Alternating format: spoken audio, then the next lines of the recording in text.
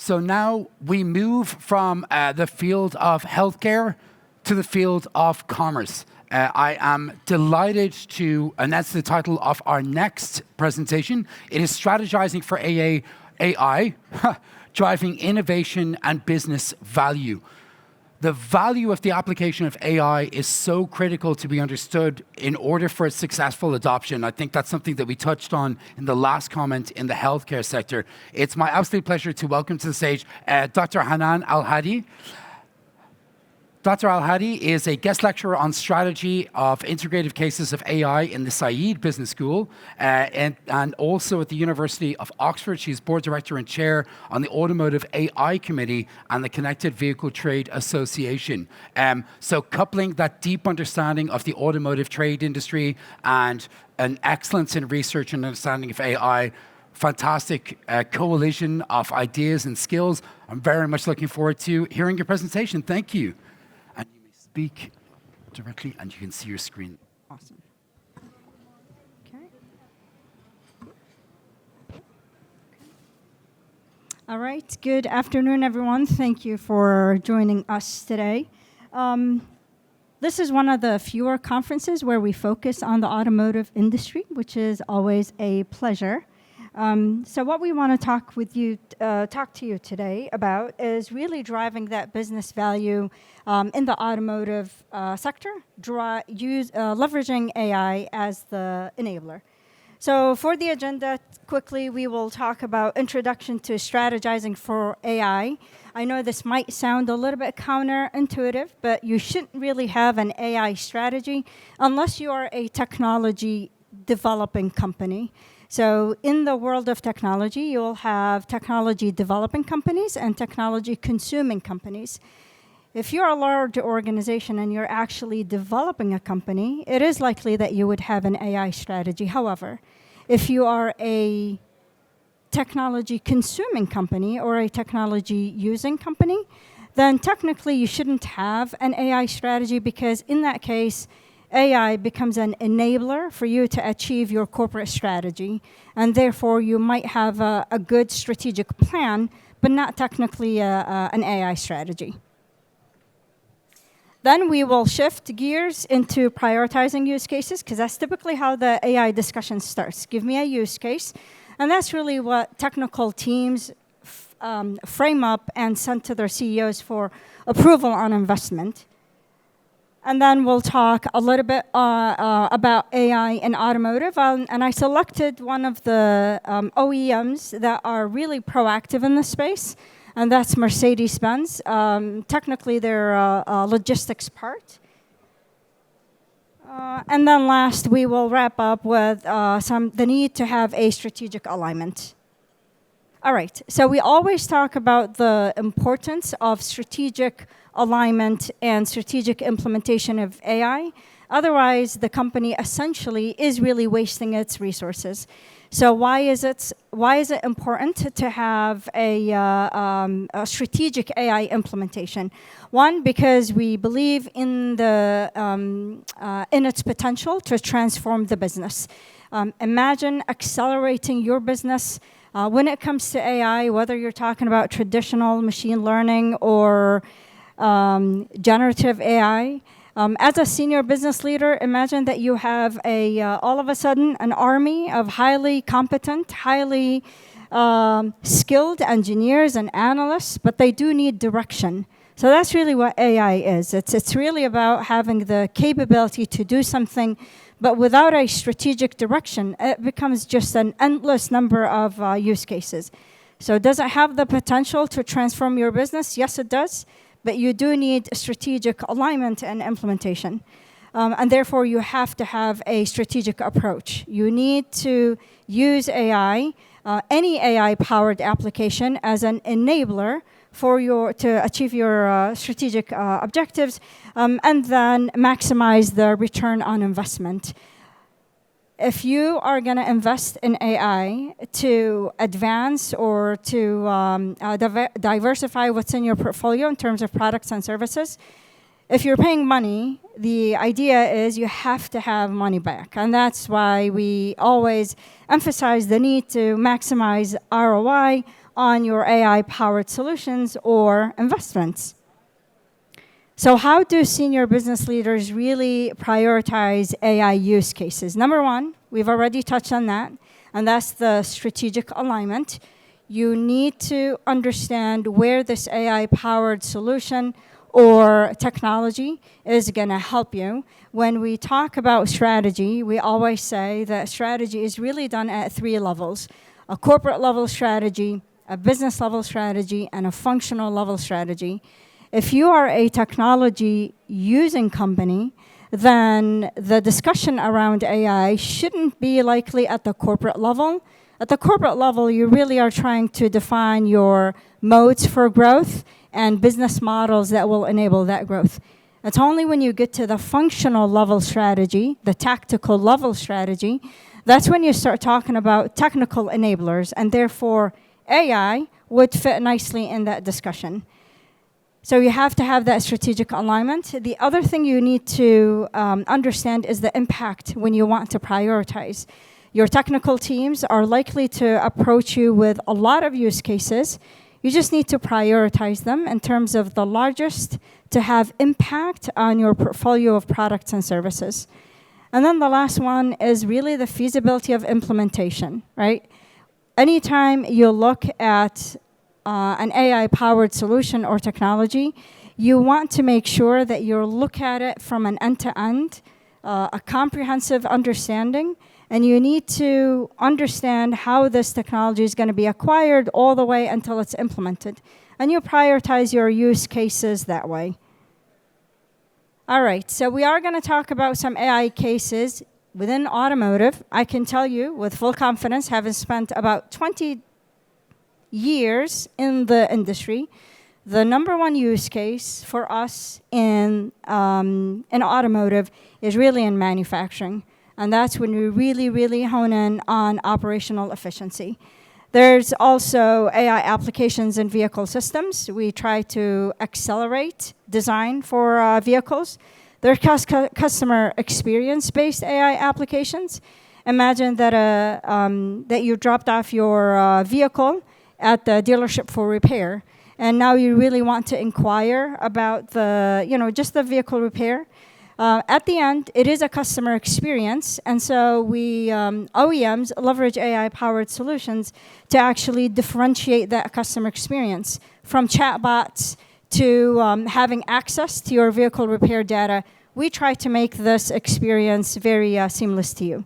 In operations, in the actual vehicle design, and sustainability, all of these areas are areas where OEMs and automotive are actually tapping into AI to help us improve. And then it goes without mention, safety. So anytime you're able to leverage data to enhance safety features in the vehicle, that's a very dynamic use case area for OEMs.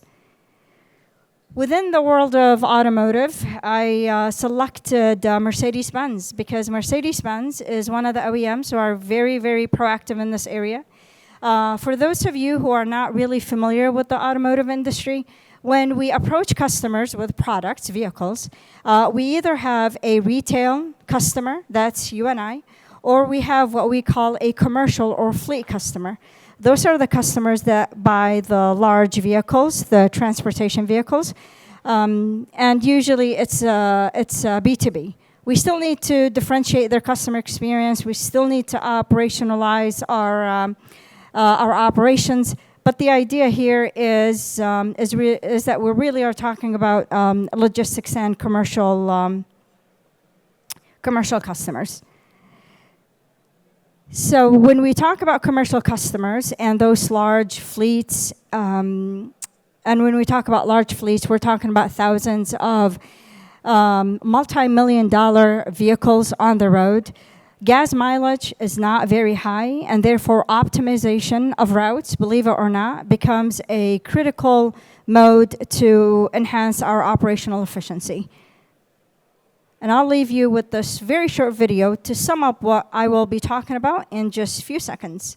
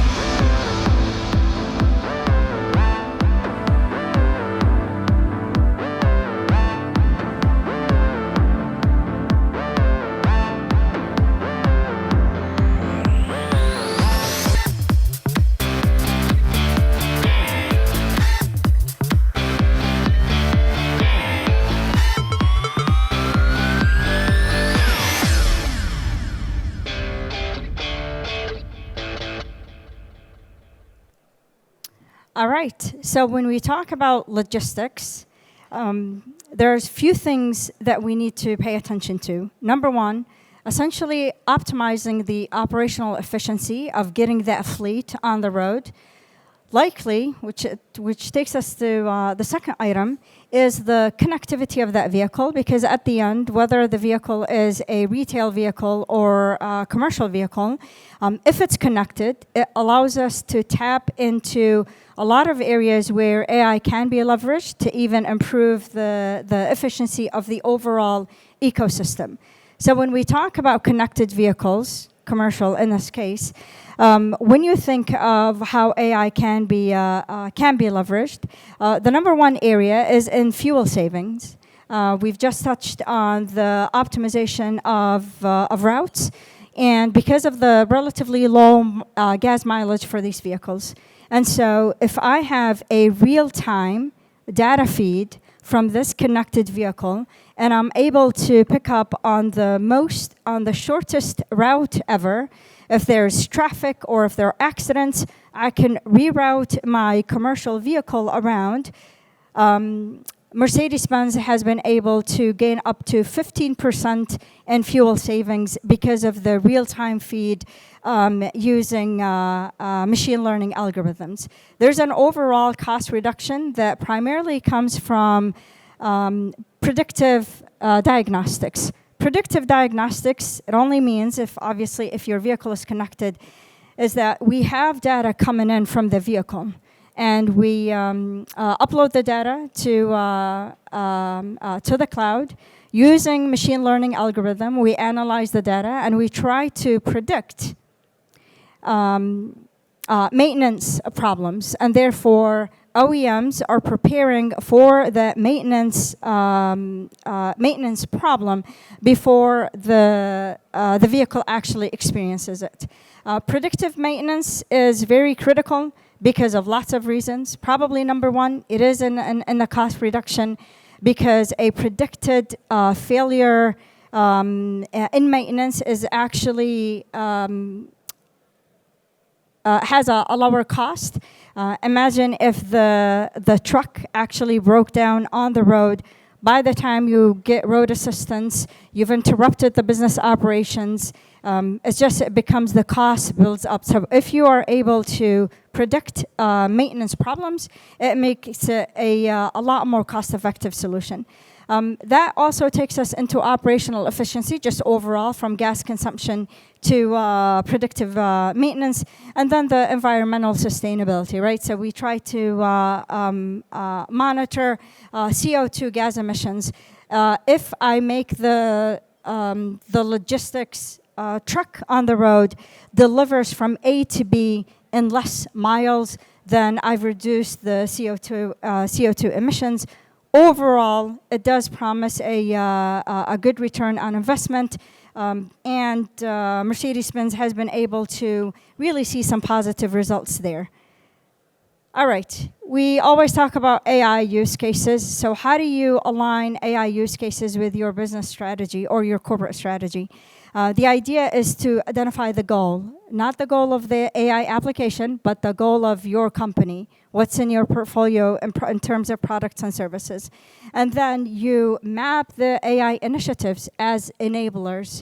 You don't do it the other way around. You start with your vision and your goals.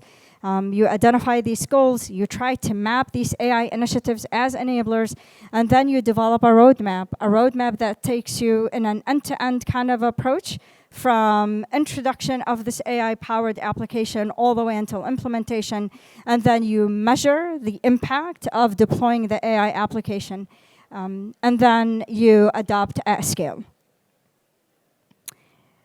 Measuring impact of AI scaling and AI scaling use cases, it's not really a lot of art. It's quite a scientific space.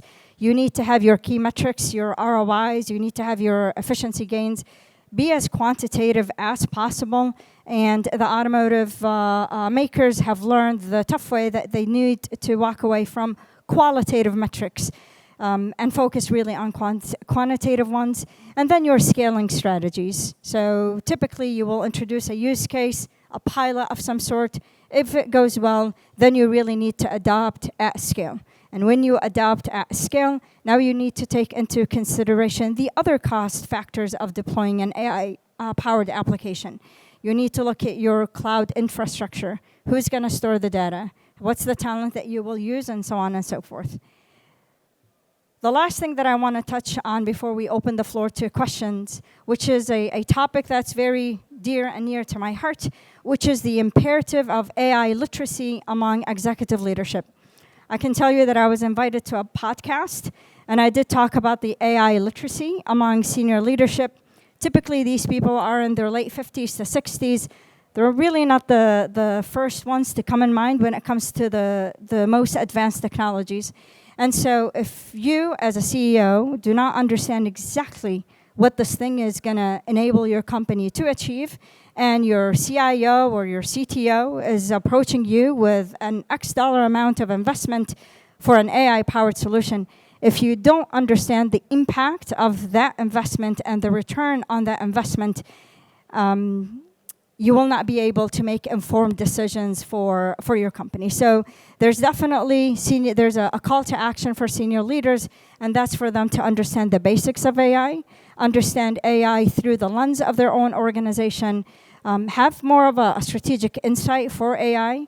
Your number one sign that companies are not looking at this correctly is when they develop their AI strategy, which you shouldn't have. You should have a strategic plan, and then empowering some decision-making enabled by good understanding of AI. The role of the CEO is to, like we said, to really have a vision and strategic priorities, understand how you measure your impact, create an AI-ready culture, and then really think through your resource investment. And I think with that, the road ahead is very promising, but it does take a lot of understanding, a lot of awareness. And with that, I'd like to open it for questions. Thank you so much. Fascinating subject area, and frankly, folks, what you've just seen really is a masterclass in demonstrating the alignment and the importance of the alignment between any adoption of AI tools and your organization's objectives. Focus on ROI, measurable impact, not getting carried away with AI novelty or innovation, aligning it securely in business objectives, and then seeing what role, if any, AI can apply in delivering them. I will confess, I would be so envious of the ability to so clearly articulate that importance in my own presentations to teams when I'm selling AI. Thank you so much. Really excellent work. We're a little tight on time. We have another excellent speaker to welcome to the stage, but we do have time for 1 or 2 questions. So this gentleman. Thank you. I know a lot of people who are in their 50s, 60s, and even 70s who know about AI more than people who are half their ages. That's true. The issue here with those COOs, show them the money, show them the ROI, show them that that this is a priority for them, then they will take care of this. Other than that, they have so many things to think about. So the issue is not age. It is, as you mentioned, education, raising awareness. I'll tell them how they will benefit out of this. Thank you. No, absolutely. So let me clarify the age part. Statistically, most senior leaders are actually in their 50s and 60s and 70s, but that has nothing to do with AI. If you are not well informed of what this thing is going to enable your company to achieve, there's a strategic insight that you will not be able to provide your company. Exactly. So let's say your CTO is skilled in AI, and they are backed up by an amazing AI professionals. You yourself, as a CEO, if you don't know what this thing is, and you don't know the value of it, exactly. This is what we're talking about. Yeah. Exactly. Show them the value. The value, but you also have to understand how that value is going to be really delivered, so that you're not really waiting for the next CTO or CEO to bring you. Exactly. Yes. And maybe partly also it's an issue related to trust. Correct. our sector, the AI industry, has not done an excellent job at explaining the basics of how AI indeed works. Now, sometimes that has been to, well, I won't name any names or point anybody out in the audience. Sometimes it's been to our strategic advantage to have a little bit of magic, a little bit of mystery. But ultimately, if you're looking for significant investment, you need to understand the system that you're going to invest in, and you cannot trust something that you do not understand. So it's incumbent upon leaders of all ages to educate themselves in order to make better decisions. We'll take one more call from the floor. Thank you very much. Talking about age, this is a 67-year-old man who is doing AI for business in the same school as yourself. I'm in Saïd Business School. I was first a senior academic fellow in the African Studies. Then I pivoted into AI because in Oxford, all I hear about is AI. Now, all I hear throughout this conference has been AI adoption. Yeah. Mm-hmm. AI adoption. One or two people have talked about AI readiness. Mm-hmm. You don't adopt something if your company is not AI ready. Mm. And in Oxford, we've developed a model we call the 4C framework. Mm-hmm. The 4C. That's the constituent. Mm-hmm. You have to carry your board along. The board must buy into it. Then capacity. Does the company have the capacity to be AI adoptive? Mm. Do you have the finances? AI costs a lot of money. Then the culture. Correct. Then, competencies. So the 4C framework is from Oxford University to the world of AI. Thank you very much. Thank you. Excellent. Well, I don't need predictive AI capabilities to predict that one slide may be adjusted in the next presentation, but thank you so much. An excellent, really comprehensive presentation. Thank you again.